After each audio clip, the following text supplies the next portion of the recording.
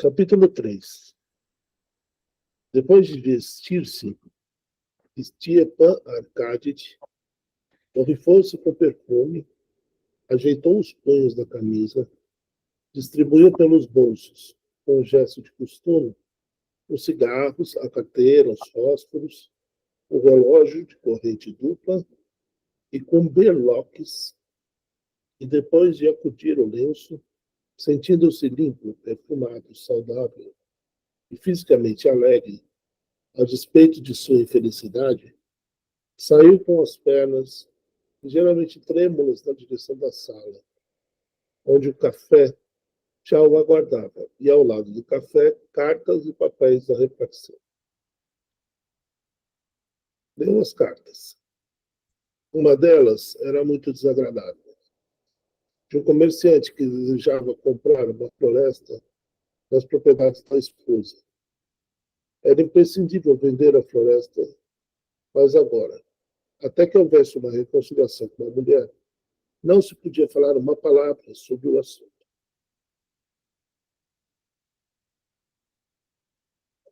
Mais desagradável era que, com isso, se misturava um interesse repetido. Se misturava um interesse ai meu Deus, se misturava um interesse pecuniário, a questão urgente da sua reconciliação com a esposa.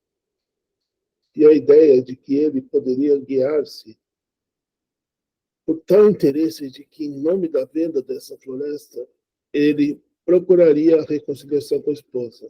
Essa ideia o ofendia. Encerrada a leitura das cartas, Stepan Arcaditch puxou para si os papéis da repartição. Olhou rapidamente dois processos. Fez algumas anotações. Com um lápis grande, e depois de pôr de lado os processos, ocupou-se com um café. Durante o café, desdobrou o jornal matutino, ainda úmido de tinta, e começou a ler. Stepan Arcaditch comprava e lia um jornal liberal, e não em excesso, mas daquela tendência seguida pela maioria. E apesar de nem a ciência, nem a arte, nem a política o interessarem em especial, ele sustentava com firmeza, em todos esses assuntos, as opiniões seguidas pela maioria e pelo seu jornal. E só as modificava quando a maioria também as modificava. Ou melhor dizendo, ele não as modificava, mas eram elas mesmas que se modificavam nele, de forma imperceptível. Stepan Arcaditch não escolhia nem as tendências nem as opiniões. Eram antes as tendências e opiniões que vinham a ele. Assim como não escolhia o modelo do chapéu ou da sobrecasaca, mas adotava o que os outros vestiam.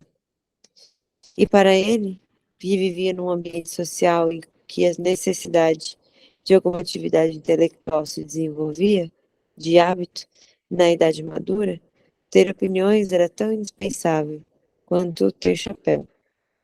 Se existia uma razão para preferir a tendência liberal à conservadora, defendida também por muitos de seu círculo, não residia no fato dele julgar a tendência liberal mais razoável, mas sim de estar mais próximo do seu modo de viver.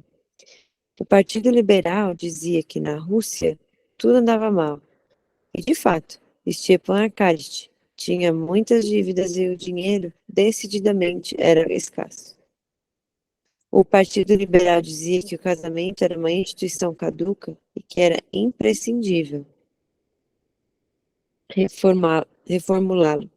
De fato, a vida familiar proporcionava poucas satisfações a Stepan Arcaditch e o obrigava a mentir e dissimular, o que tanto repugnava a sua natureza.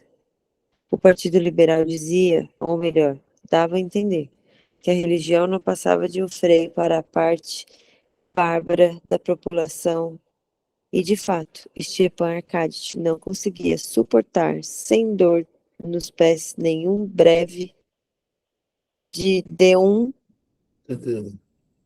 e não conseguia compreender para que todas aquelas pessoas terríveis e bombásticas sobre o outro mundo, quando, neste mundo, viver poderia ser tão alegre. Além disso, Stepan Arkadyevich, que adorava brincadeiras divertidas, gostava às vezes de escandalizar pessoas pacatas, dizendo que, se elas se orgulhavam tanto de sua origem, não deviam deter-se em Ryurik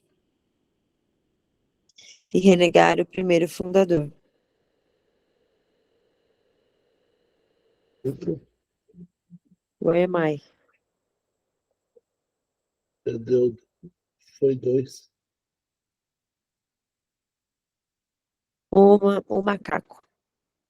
Assim, a tendência liberal tornou-se um hábito para Stepan Arkadyevich, e ele gostava do seu jornal, como um charuto após o jantar, em razão da leve bruma que produzia em sua cabeça. Leu o editorial que explicava como, em nossa época, é totalmente inútil clamar que o radicalismo está ameaçando tragar todos os elementos conservadores e que o governo tem o dever de tomar medidas para esmagar a hidra da revolução, quando, ao contrário, na nossa opinião, o perigo jaz não em uma imaginária hidra da revolução, mas na persistência do tradicionalismo que trava o progresso, etc. Leu também um outro artigo sobre finanças, em que mencionavam Bentham e Mill, e se davam agudas alfinetadas no ministério. Com a rapidez e compreensão que lhe era peculiar, entendia o significado de todas as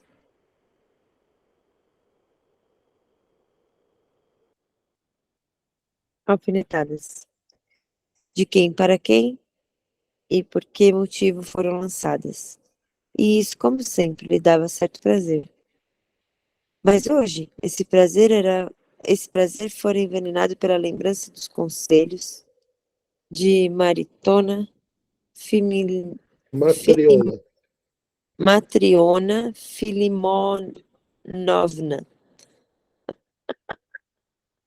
Começamos. E por andar tudo tão mal em sua casa. Leu também que o conde Beist, e pelo que diziam, partira para Wiesbaden, Wiesbaden, e que não era mais preciso ter cabelos brancos, e que havia uma carruagem ligeira à venda, e que a pessoa jovem oferecia seu serviço. Mas essas notícias não lhe deram, como antes, prazer sereno e irônico. Por que para mim sempre vem os nomes esquisitos para você a leitura mais normal, hein? Qual que é o Que você, preconceito? eu não acho que sejam nomes tão esquisitos. Terminados o jornal, a segunda xícara de café e o pãozinho com manteiga, levantou-se, sacudiu do colete as migalhas do pãozinho e, aprumando o peito largo, sorriu adiante. Não porque houvesse no seu espírito algo especialmente agradável. O sorriso radiante tinha origem na boa digestão. Mas esse sorriso radiante lembrou-lhe tudo imediatamente e ele se pôs a refletir. Duas vozes de criança soaram atrás da porta. Stepan Arkadyevich reconheceu a voz de Grisha, o filho menor, e a voz de Tânia, filha mais velha. Puxavam alguma coisa e a deixaram cair. Eu disse que os passageiros não podem sentar no telhado, gritou a menina em inglês. Agora apanhe. Tudo está em desordem, pensou Stepan Arkadyevich. As crianças andam à solta, sozinhas. e, aproximando-se da porta, chamou-as com um grito.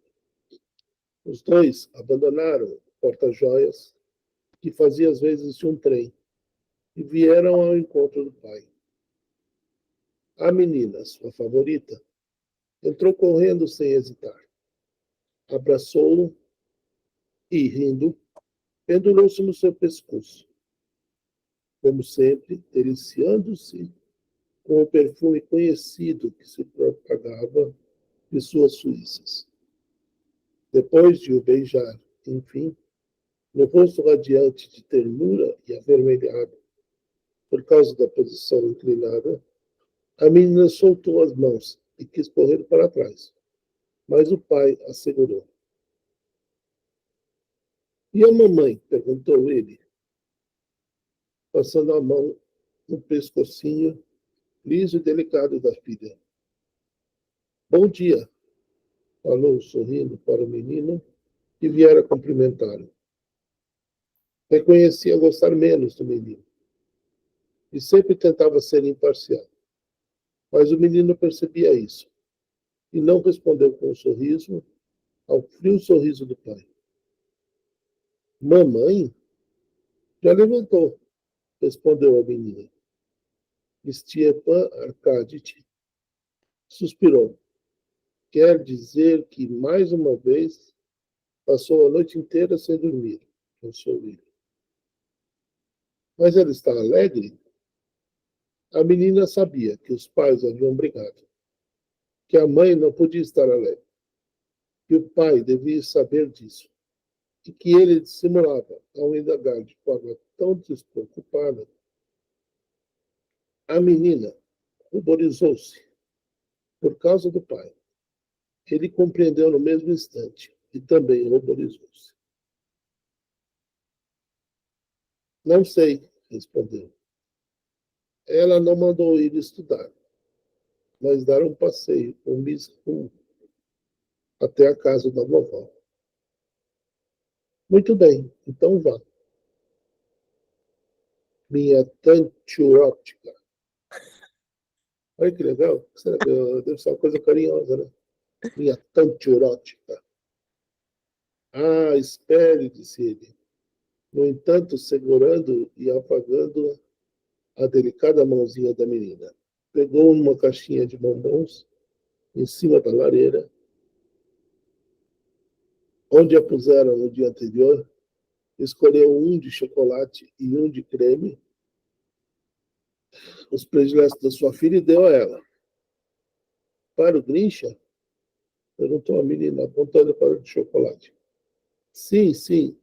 E depois de afagar mais uma vez os ombrinhos da filha, beijou ela a raiz dos cabelos no pescoço e soltou. A carruagem está pronta, disse Mativier. Uma mulher quer vê-lo, acrescentou ele. Está aí há muito tempo? Perguntou Stepan Arkadich. Meia horinha. Quantas vezes já mandei você me avisar imediatamente? Era preciso esperar que o senhor pelo menos terminasse o café, disse Mativier, naquele tom amistoso e sem cerimônia, com o qual era impossível zangar-se. Pois bem, mande logo entrar, disse Oblonsky, franzindo o rosto de irritação. A requerente, a esposa do capitão Kalinin, pedia algo impossível e despropositado. Mas Stepan Arkadich, como era seu costume, a fez sentar-se, escutou com atenção e, sem interromper, deu-lhe um conselho pormenorizado. Disse a quem e como dirigir-se. E até com sua letra gaúda, alongada, bonita e clara, redigiu com presteza e capricho um bilhete para a pessoa que podia ajudá-lo.